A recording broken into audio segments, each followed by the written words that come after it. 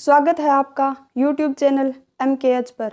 इस video series में हम NCERT की क्लास 6 की पुस्तक बालराम कथा करेंगे। आप सभी इस वीडियो को अंत तक जरूर देखें। बालराम कथा का अध्याय राम का वनगमन। कोप भवन के घटनाक्रम की जानकारी बाहर किसी को नहीं थी। यद्यपि सभी सारी रात जागे थे। कैकेयी अपनी जिद पर अड़ी हुई। राजा दशरथ उन्हें समझाते हुए, नगरवासी राज्याभिषेक की तैयारी करते हुए। गुरु वशिष्ठ की आंखों में भी नींद नहीं थी। आखिर राम का अभिषेक था। दिन चढ़ते के साथ चहल पहल और बढ़ गई। हर व्यक्ति शुभ घड़ी की प्रतीक्षा में अर्थात इंतजार में। महामंत्री सुमंत्र कुछ असहज थे। महर्षि के पास आए। दोनों ने महाराज के बारे में चर्चा की।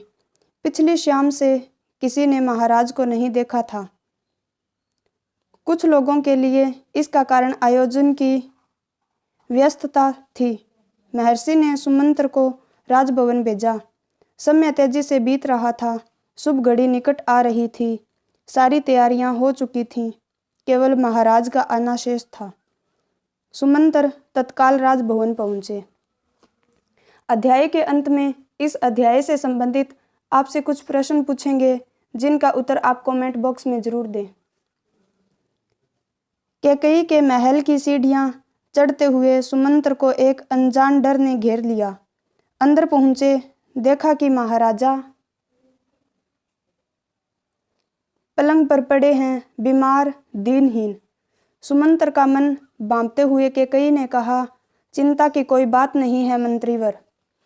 मंत्रीवर किसे कहते हैं? जो मंत्रियों में श्रेष्ठ हो। महाराज राज्याभिषेक के उत्साह में रात भर जागे हैं। वे बाहर निकलने से पूर्व राम से बात करना चाहते हैं।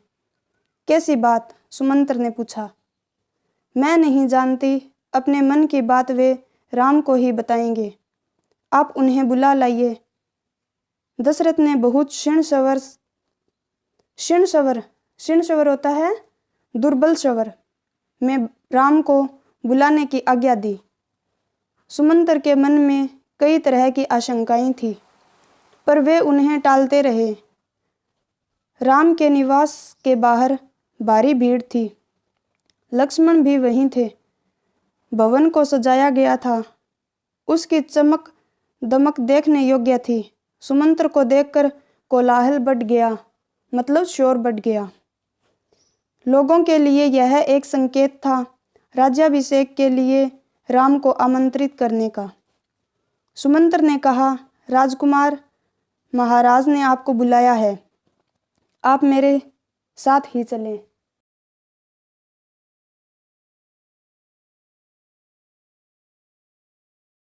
कुछ ही पल में राम वहां पहुंच गए।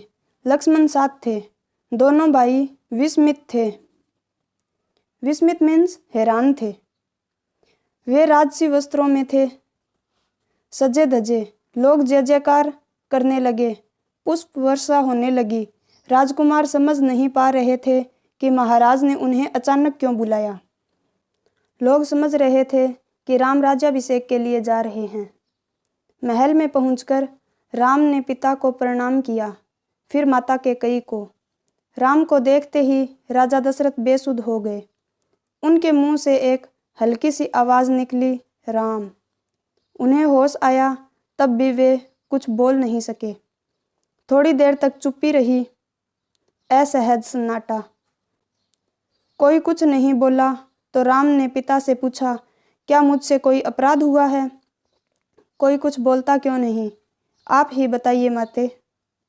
महाराज दशरथ ने मुझे एक बार 2 वरदान दिए थे। मैंने कल रात वही दोनों वर मांगे, जिससे वे पीछे हट रहे हैं। यह शास्त्र सम्मत नहीं है, रघुकुल की नीति के विरुद्ध है। कैकेयी ने बोलना जारी रखा, मैं चाहती हूँ कि राज्याभिषेक भरत का हो और तुम 14 वर्ष वन में रहो। महाराज यही बात तुमसे नहीं कह पा रहे थे।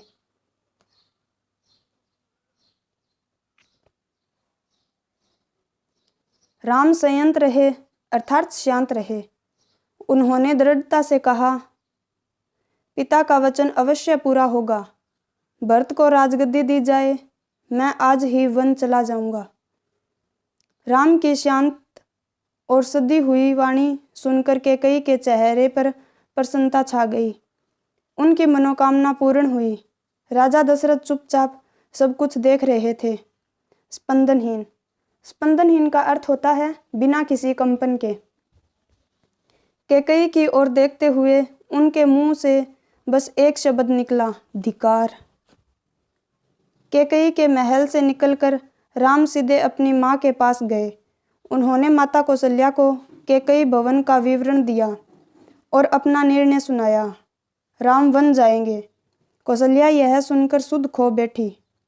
लक्ष्मण अब तक शांत थे, पर क्रोध से भरे हुए। राम ने समझाया और उनसे वन जाने की तैयारी के लिए कहा। कौशल्या का मन था कि राम को रोक लें, वन न जाने दें, राजगद्दी छोड़ दें, पर वह अयोध्या में रहें। उन्होंने कहा, पुत्र, यह राजाज्ञा अनुचित है। राजाज्ञा मीन्स राजा की आज्ञा या आदेश। उसे मानने की आवश्यकता नहीं है। राम ने उन्हें नम्रता से उत्तर दिया, यह राजाज्ञा नहीं, पिता की आज्ञा है। उनकी आज्ञा का उल्लंघन मेरी शक्ति से परे है। आप मुझे आशीर्वाद दें।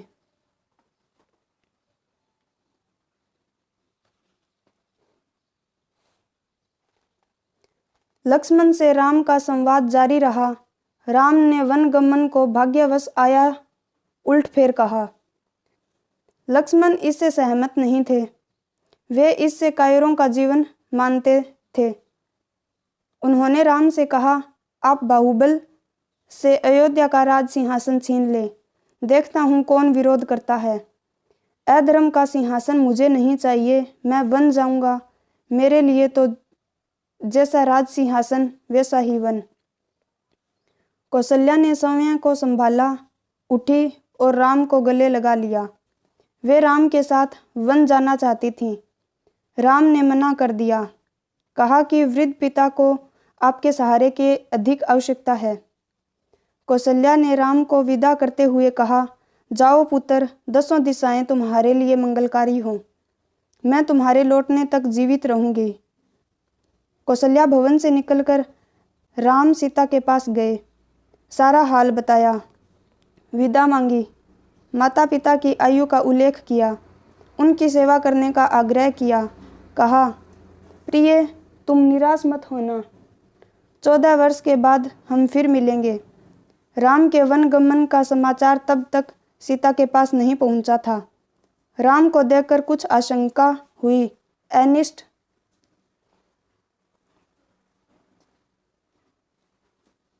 की। राम ने विदा मांगी तो सीता व्याकुल हो गई, क्रोधित भी हुई। निर्णय पर प्रतिवाद किया। राम नहीं माने तो सीता ने उनके साथ जंगल जाने का प्रस्ताव रखा। सीता ने कहा, मेरे पिता का आदेश है कि मैं छाया की तरह हमेशा आपके साथ रहूं। अंततः राम को उनकी बात माननी पड़ी। तभी लक्ष्मण भी वहां आए। वह भी साथ जाने को तैयार थे। राम ने उन्हें इसकी स्वीकृति दे दी। शीघ्र तैयारी करने को कहा। राम चाहते थे कि सीता वन न जाएं, अयोध्या में रहें। वे इसकी अनुमति दे चुके थे। फिर भी उन्होंने एक और प्रयास किया। सीते, वन का जीवन बहुत कठिन है। न रहने का ठीक स्थान, न भोजन का ठिकाना। कठिनाइयाँ कदम कदम पर। तुम महलों में पली हो, ऐसा जीवन कैसे जी सकोगी? सीता ने उत्तर नहीं दिया, मुस्कुरा दी। उन्हें पता था कि राम अपने दिए वचन से पलट नहीं सकेंगे। राम वन जा रहे हैं, यह समाचार पूरे नगर में फैल चुका था। नगरवासी दशरथ और कैकेयी को धिक्कार रहे थे। कुछ देर पहले तक जहां उत्सव की तैयारियां थी, वहां उदासी ने घर कर लिया। सड़कें गिल्ली थी लोगों के आंसुओं से। सबकी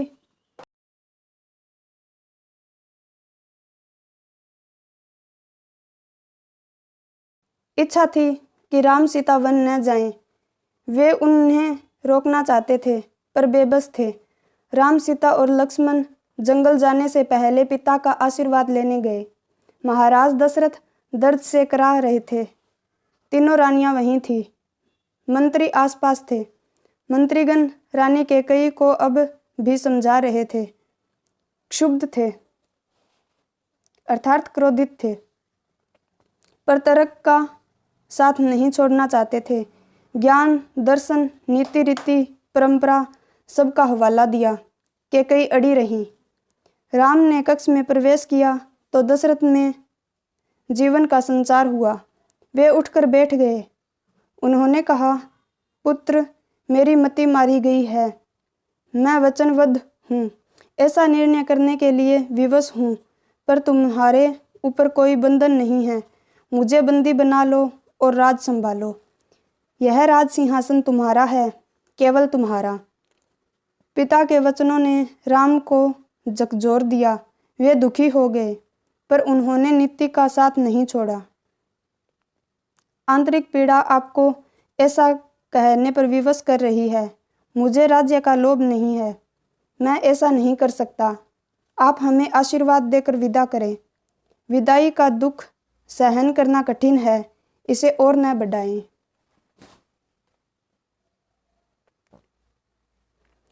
इसी बीच रानी कैकेयी ने राम, लक्ष्मण और सीता को वल्कल वस्त्र दिए।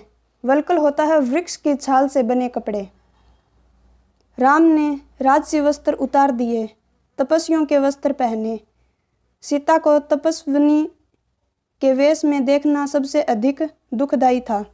महर्षि वशिष्ठ अब तक शांत थे। उन्हें क्रोध आ गया। उन्होंने कहा, सीता वन जाएगी तो सब अयोध्यावासी उसके साथ जाएंगे। भरत सुन्नी अयोध्या पर राज करेंगे, जहाँ कोई नहीं होगा, पशु पक्षी भी नहीं। एक बार फिर राम ने सबसे अनुमति मांगी। आगे आगे राम, उनके पीछे सीता, उनके पीछे लक्ष्मण। महल के ठीक बाहर मंत्री सुमंत्र रथ लेकर खड़े थे। रथ पर चढ़कर राम ने कहा, महामंत्री, रथ तेज चलाएं। नगरवासी रथ के पीछे दौड़े। राजा दशरथ और माता कौशल्या भी पीछे पीछे गए। सब रो रहे थे। सबकी आंखों में आंसू थे। पुरुष, महिलाएं, बूढ़े, जवान, बच्चे मीलों तक नंगे पांव दौड़ते रहे। राम यह दृश्य देखकर विचलित हो गए, यानी डगमगा गए, भावुक भी। उनसे यह देखा नहीं जा रहा था।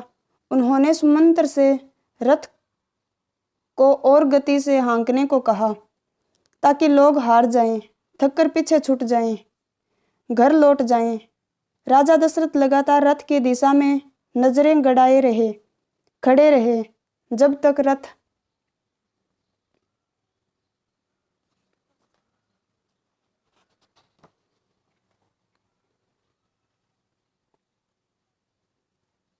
आंखों से ओझल नहीं हो गया। रथ दिखना बंद हुआ तो वे धरती पर गिर पड़े। रथ दिन भर दौड़ता रहा। वन अभी दूर था। तमसा नदी के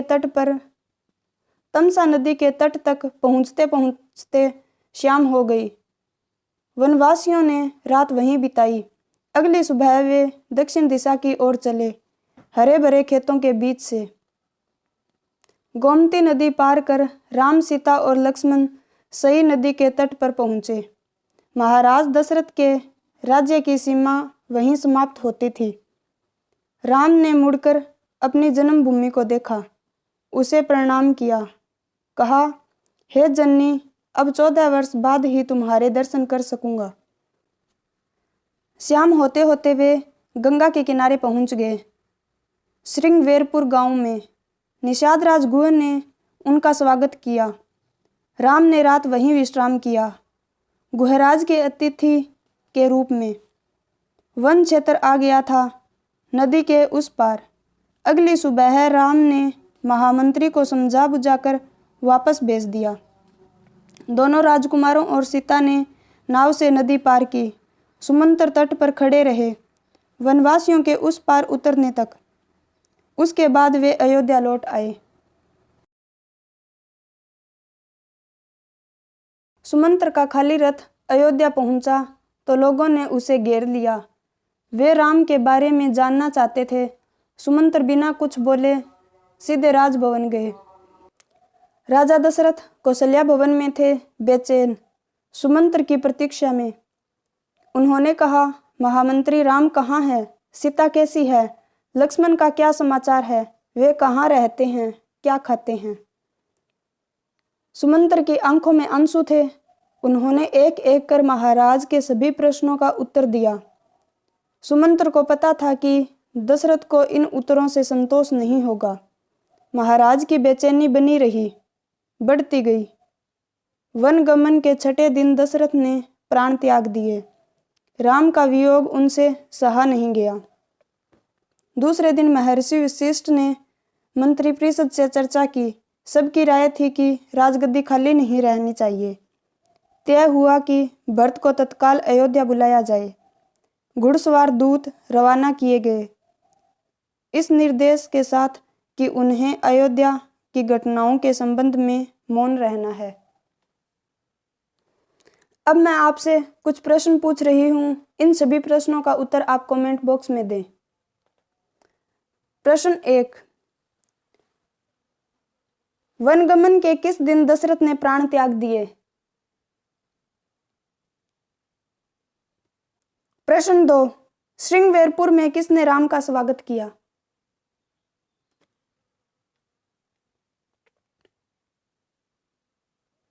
प्रश्न 3, वन का पर्यायवाची शब्द बताइए।